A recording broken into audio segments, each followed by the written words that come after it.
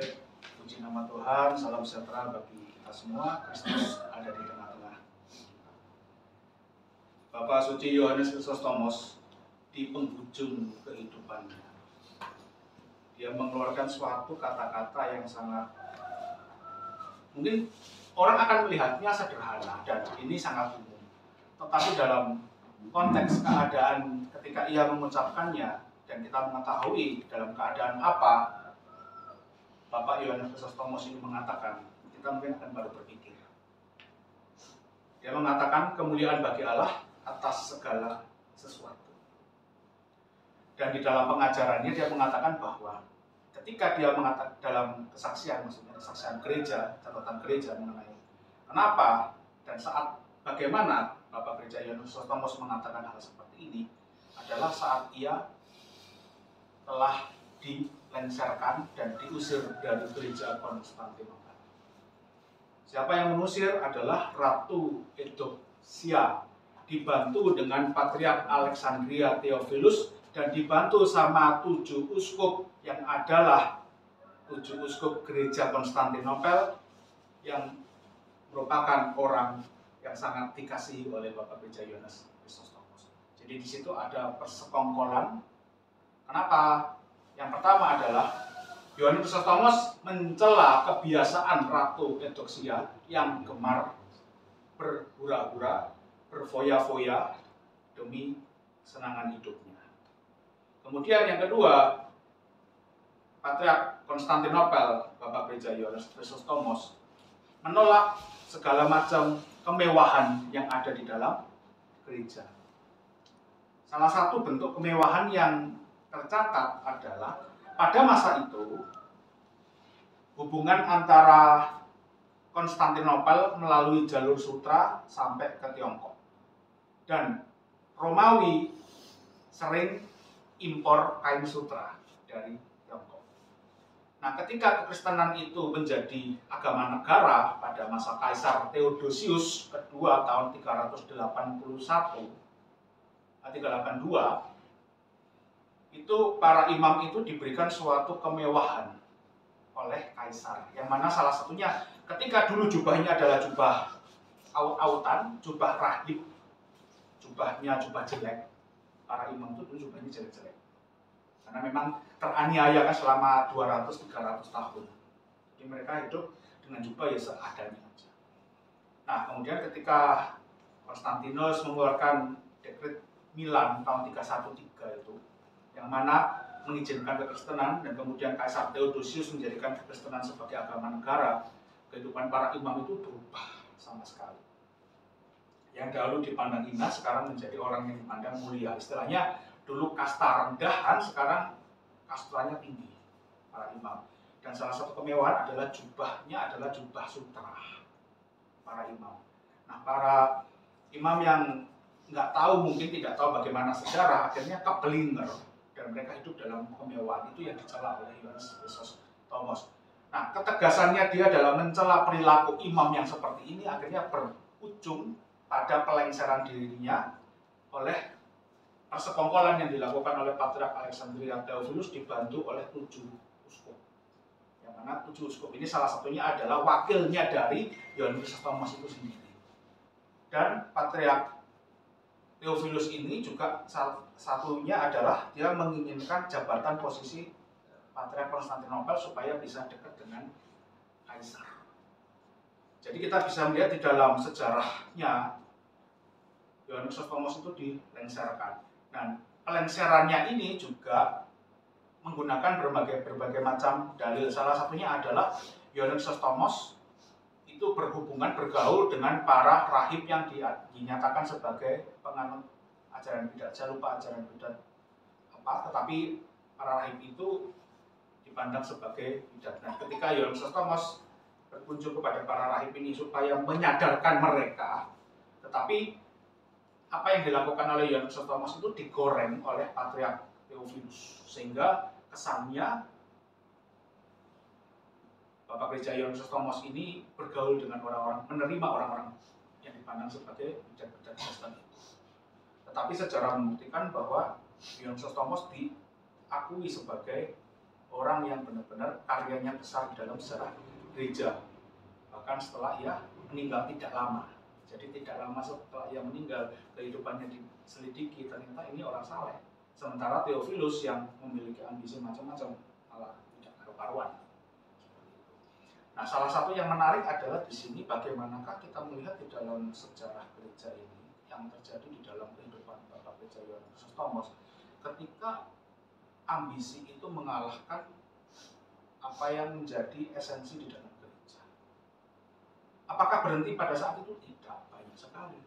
Baik yang tercatat maupun yang tidak tercatat. Sementara yang tercatat adalah salah satunya adalah Yohanes Thomas. Ada lagi yang tercatat di dalam sejarah kekristenan, bahkan di abad pertama, kalau kita bisa melihat yang terjadi ada di dalam surat 3 Yohanes. Coba, ini kan mungkin surat yang hampir nggak pernah orang Kristen Ortodok baca mungkin ya, tapi perlu kita belajar melihat di dalam surat Yohanes yang ketiga, 3 Yohanes ya, surat 3 Yohanes. Di sini dikatakan dari penatua di situ adalah Rasul Yohanes sendiri kepada Gaius yang terkasih. Gaius ini adalah episkop Efesus. Jadi Gaius ini episkop Efesus yang kukasih dalam kebenaran. Nah, di situ di dalam ayat yang ke 9, aku telah menulis sedikit kepada jemaat di Efesus itu maksudnya. Jadi surat Yohanes yang ketiga itu ditujukan kepada gereja Efesus, yang mana digembalakan oleh episkop yang ditabiskan oleh Rasul Yohanes, yaitu Gaius di sini. Di pasal 1 di ayat yang pertama. Aku telah menulis sedikit kepada jemaat, tetapi Diotrephes yang ingin menjadi orang terkemuka di antara mereka tidak mau mengakui kami. Jadi Diotrephes ini adalah seorang bisa episkop, bisa seorang presbiter. Saya tidak tahu karena tidak ada catatan yang lengkap. Tapi dari sini kita bisa melihat bahwa ada seorang bernama Diotrephes yang ingin tampak hebat di antara gereja, akhirnya menolak Rasul dan menolak juga Gaius ini. Gaius adalah episkop Efesus. Dan di situ juga di ayat ke-12 dibandingkan antara seorang bernama Diotrephes ini, entah dia presbiter atau entah dia episkop, dengan Demetrius. Demetrius semua orang memberikan kesaksian yang baik. Nah, Demetrius yang di sini di dalam surat 3 Yohanes ayat yang ke-12 ini diperkirakan kalau bukan presbiter dia diaken. Jadi di sini kita bisa melihat ketika Rasul Yohanes menulis kepada Gaius, episkop Efesus, tentang 2 orang. Nah, yang satu menunjukkan kualitasnya dan yang lain menunjukkan ya kualitasnya, tapi kualitas yang buruk, ingin terkenal, ingin terkemuka. Lihat bagaimanakah di dalam sejarah gereja itu ambisi-ambisi pribadi seringkali mengalahkan daripada apa yang menjadi esensi daripada gereja. Dan di dalam surat Paulus kepada gereja Efesus pun juga sudah mengingatkan, karena Pak Rasul Paulus sudah tahu dan sangat mengantisipasi bahwa masalah-masalah seperti ini tuh rentan sekali terjadi dalam gereja. Di sana dikatakan satu tubuh, satu roh. Sebagaimana kamu telah dipanggil kepada satu pengharapan yang terkandung dalam panggilanmu. Satu Tuhan, satu iman, satu baptisan, satu Allah dan Bapa dari semua. Dari sini kita bisa melihat bagaimanakah kesatuan hati, kesatuan roh itu sangat ditekankan dan menjadi pengikat di antara gereja. Tidak hanya gereja lokal, tetapi juga gereja yang sifatnya universal. Bukan hanya gereja orang-orang percaya yang orang-orang hidup sekarang, tapi juga mengikat gereja yang sudah ada di masa lalu. Sehingga apa? Dengan di dalam kasih, di dalam satu roh itu, kita tetap terikat dengan gereja Efesus. Sekalipun kita tidak tahu di dalam gereja Efesus ini yang ditulis Rasul Paulus, presbiternya siapa, diakennya siapa, umatnya siapa, mungkin kepala parokinya siapa, kita tidak tahu. Tetapi di dalam Kristus kita dipersatukan dengan mereka. Jadi ada suatu kuasa rohani yang mengikatkan kita dengan gereja secara universal. Bayangkan ketika Rasul Paulus menulis ini, apakah permasalahan misalkan yang terjadi di abad keempat itu, Yohanes Chrysostomos dan Patriark Theophilus itu dia tahu tidak? Tapi dari situ kita bisa melihat bahwa para rasul telah memberikan kepada kita suatu peringatan dan nasihat supaya apa? Kita melihat bahwa segala sesuatu yang buruk itu bisa datang ke dalam umat Allah. Di sini kita bisa melihat bagaimanakah Paulus mengajarkan. Di sini ada 4 hal yang penting. Yaitu yang pertama kerendahan hati, lemah lembut, dan sabar. Ini satu paket. Jadi kalau Bapak Ibu belajar bahasa Yunani, kata dan itu tidak selalu diartikan berbeda. Misalkan begini, anjing dan kucing. Kalau kita pemahamannya kan, oh anjing dan kucing kan berarti 2 hal yang berbeda. Tapi kalau dalam bahasa Yunani, kata dan itu tidak selalu diartikan begitu. Misalkan kayak gini, rendah hati, lemah lembut, dan sabar. Ini kan ada 3 hal. Tapi kata dan dalam bahasa Yunani itu bisa menunjukkan bahwa ketiga ini satu paket. Nggak bisa dipisahkan. Beda dengan anjing dan kucing itu kan berbeda memang kan. Terus dipersatukan seakan-akan jadi satu. Tidak, tapi kalau dalam rendah lembut, rendah hati, lemah lembut, dan sabar ini satu paket. Jadi orang yang rendah hati, dia pasti lemah lembut dan harus sabar. Orang yang sabar, dia harus lemah lembut dan rendah hati. Jadi nggak bisa prasmanan. Oh aku pilih lemah lembutnya tapi nggak usah sabar. Aku pilih rendah hatinya saja tapi aku nggak usah sabar, nggak bisa. Jadi 3 hal ini harus diterima jadi satu, nggak bisa dipilih-pilih, nggak bisa diprasmakan. Itu yang pertama. Yang kedua, tunjukkanlah kasihmu. Jadi selain rendah hati, lemah lembut, dan sabar, kedua adalah kasih. Yang ketiga, memelihara kesatuan roh oleh ikatan damai sejahtera. Damai sejahtera. Kemudian yang keempat adalah kita bisa melihat adanya kata satu Tuhan, satu iman, satu baptisan. Jadi 4 hal penting ini yang diperingatkan dan diingatkan oleh Rasul Paulus kepada gereja Efesus, yang mana ini pun bukan hanya berlaku di gereja Efesus saja, tetapi juga berlaku hingga sekarang.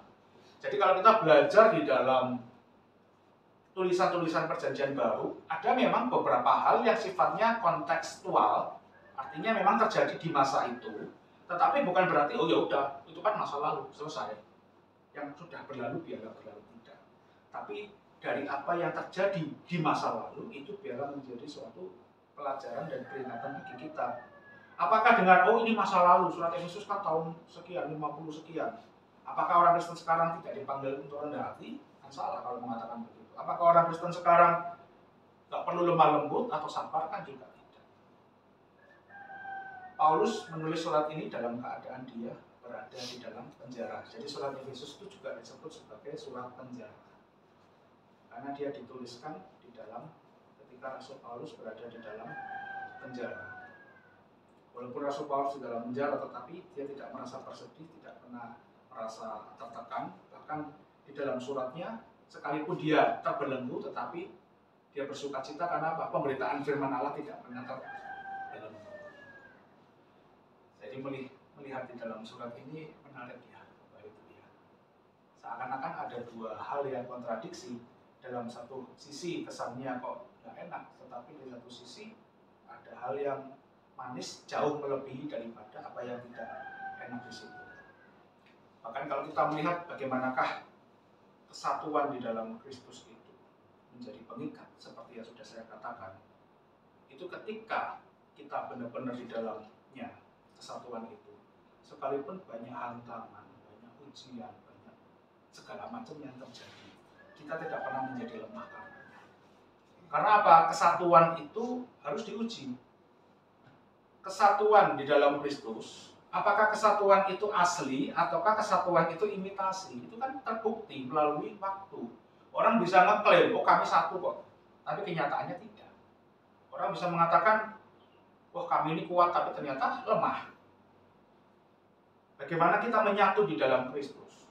Itu terlihat kok dalam kehidupan kita. Apakah orang tersebut kesatuan dengan Kristus, kesatuan dengan gerejanya terpancar di dalam kehidupannya. Orang kalau kesatuan di dalam Kristus menyatakan dirinya seperti itu. Aku menyatu dengan Kristus, aku menyatu dengan gerejanya. Di dalam baptisan kan ada, aku manunggal dengan Kristus dan sebagainya. Tetapi kita dipanggil untuk sepadan dengan panggilan itu. 4 hal tadi itu adalah kriteria dasar, kriteria yang ditunjukkan oleh Rasul Paulus kepada kita semua. Bagaimanakah kesatuan itu dapat diterapkan dalam kehidupan. Jadi kita nggak usah bicara mulu-mulu yang begitu dalam. Apa yang tersurat dulu di dalam surat Efesus ini. Kalau yang tersurat saja tidak bisa dilakukan, bagaimana yang tersirat? Yang sudah jelas-jelas dikatakan rendah hati, lemah lembut, sabar, tunjukkanlah kasih, saling membantu, memelihara kesatuan roh dalam damai sejahtera. Itu kalau tidak dilakukan, gimana mau bicara yang lain? Jadi jangan mengatakan, wah itu tradisi gereja begini-begini. Stop, jangan bicara seperti itu. Yang tertulis saja tidak bisa dilakukan, apalagi yang tidak tertulis. Karena yang tidak tertulis jauh lebih banyak daripada yang tertulis. Kadang-kadang orang seperti itu kan tradisi gereja. Kita harus melihat tradisi gereja, seakan-akan meniadakan Alkitab ini bahaya ya, begini. Mental-mental begini yang bahaya. Atau satu sisi menjunjung Alkitab, tapi yang lain-lain juga diabaikan, ya sama saja. Dan menjalani kehidupan yang menyatu dengan Kristus, menyatu dengan gerejanya, menyatu dengan saudara-saudara seiman, itu bukannya tanpa gesekan. Yohanes Thomas mengatakan, saya mengutip kalimatnya ya, maaf ada kekerpean. Tanda jiwa seseorang yang dikuasai oleh hikmat Allah. Dia mengucap syukur kepada Allah dalam segala hal. Sekalipun dia melihat kebaikan, dia melihat keburukan, bahkan mengalami keburukan. Dia tidak yang ikut bersekongkol melawan dia, itu juga lengser juga akhirnya. Nah, menariknya seperti itu. Jadi kita bisa melihat bagaimanakah di situ juga, sekalipun Bapak Gereja Yohanes Thomas mengalami penderitaan yang begitu hebat, dia tidak pernah menyalahkan siapapun, dan dia mengatakan kemuliaan bagi Allah pada atas segala sesuatu, tanpa marah, tanpa benci, tanpa menghujat. Dia menyerahkannya kepada Allah, dan dengan demikian dia bisa meninggalkan dunia ini. Dia bisa tertidur di dalam Tuhan dengan keadaan damai sejahtera. Dan kita bisa menikmati hasil karyanya, menikmati pemikirannya, menikmati hikmat yang Allah karuniakan kepadanya. Seperti apa liturgi kita ini? Liturgi kita adalah liturgi Yohanes Thomas. Itu adalah buah dari hikmat Allah yang dikaruniakan kepadanya ketika dia mengubah suatu liturgi dengan unsur trinitarian. Makanya kita bisa melihat liturgi Yohanes Thomas itu liturgi yang sifatnya trinitarian, menunjukkan kesatuan Allah sekalipun berbeda di dalam hipostasisnya. Yang mana kesatuan Tritunggal itu di dalamnya Sang Bapa, Sang Putra, dan Sang Roh Kudus itu terpancar di dalam kehidupan gereja. Jemaat itu satu, sekalipun berbeda di dalam baik latar belakangnya, baik juga di dalam karunianya, baik juga di dalam pelayanannya. Orang yang melayani di mimbar yang berkhotbah, belum tentu Allah pandang itu lebih mulia mahkotanya daripada mereka yang gelar tikar. Saya bisa katakan begitu. Jangan menganggap, kalau melayani umat Tuhan di gereja itu yang keren itu mimpin liturgi atau ngajar gitu. Gelar karpet, gelar tikar, noto tripod itu sudah bentuk pembaktian kepada Allah, dan Allah menghargai setiap apa yang dilakukan oleh setiap hambanya. Menyediakan anggur, menyediakan prospora roti untuk kita perjamuan, itu suatu karunia. Belum tentu orang bisa mendapatkan kesempatan yang sama seperti itu. Jangan kita iri dengan yang lain. Wah, kayaknya enak ya kalau khotbah ya. Apakah dengan mengatakan enak ya kayaknya kalau khotbah? Apakah kalau dia berdiri di sini bisa? Belum tentu juga kan. Apakah kelihatannya kok multimedia asik ya? Apakah ketika diposisikan di multimedia apakah bisa ya? Belum tentu juga. Kok enaknya bikin Pospora terus nyoba, belum tentu bisa juga ya. Kita nggak usah iri, nggak usah marah, nggak usah apa atau cemburu gimana. Tidak. Setiap umat Allah itu punya panggilan khusus yang Allah karuniakan. Kita diingatkan untuk tetap satu. Jangan gara-gara perbedaan seperti itu lalu membuat iri, membuat dengki. Akhirnya seperti Patriark Theophilus tadi, iri dengan Yohanes Chrysostomos, bikin persekongkolan, bikin konspirasi, dilengsarkan, dibuang ke Armenia. Konstantinopel ke Armenia itu sekitar 2.500 kilo. Dia dibuang segitu jauhnya. Itu kalau di zaman Romawi, jalan segitu 2.500 kilo itu bisa, kalau jalan kaki ya, itu bisa ditempuh sekitar 4 bulan, 5 bulan. Naik kuda yang paling cepat ya, naik kuda. Itu saya bandingannya dengan Romawi. Yang kuda terbaik itu pun nggak cuma satu kuda, kudanya satu dibuat lari 2.500 kilo ya mati kudanya. Itu kalau di zaman Romawi jarak 2.500 km itu bisa ditempuh 2 minggu. Jadi setiap 10 kilo itu di jalan itu ada pos kuda. Jadi pasukan atau pembawa pesan elitnya kerajaan kalau di masa Romawi, saya kira bukan hanya di Romawi, seluruh dunia pun seperti itu. Persia sampai Tiongkok pun begitu. Jadi setiap jarak 10 km itu ada pos kuda yang mana kalau bawa pesan dari sini, dia berangkat jam segini dapat pesan dari perintah dari kaisar, langsung dibawa naik kuda terbaik 10 km, di situ ada kuda lagi, diestafetkan. Nanti berikutnya terus, makanya 2.500 bisa 2 minggu. Luar biasa cepatnya kayak gitu. Nah, Yohanes Chrysostomos ketika diusir, dia harus menempuh jarak 2.500. Memang ada yang mengatakan dia diistimewakan karena dihantar oleh kuda.